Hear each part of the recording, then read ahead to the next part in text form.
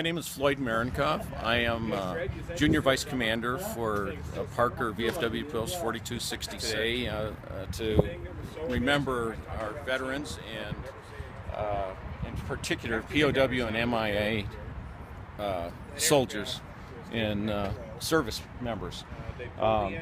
What you're looking at in front of you is a 1943 Ford GPW, particular Jeep marked to my Uncle Eddie's unit. His was a 14th Cav Group, 32nd Cavalry Squadron,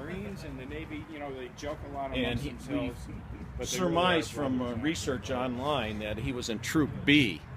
Unfortunately for my Uncle Eddie, who was an 18-year-old radio operator in an M8 armored car, he was in the Ardennes Forest in December 1944.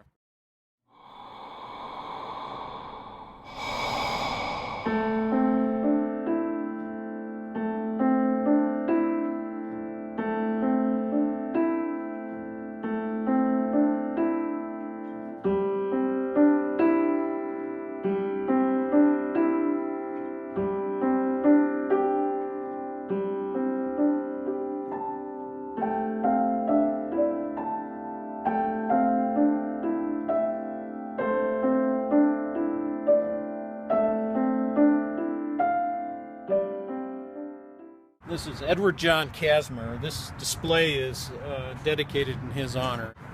He was quite a guy. Like I said, he played accordion, he liked to drink brandy and smoke cigars and play cards. He was in the cavalry, 32nd Cavalry Squadron, which is a reconnaissance unit. What they would do is go out and either observe or contact the enemy, call in coordinates, and then they would call in either an airstrike or artillery. It got to a point where they had actually lost radio contact, so they could not communicate with their headquarters.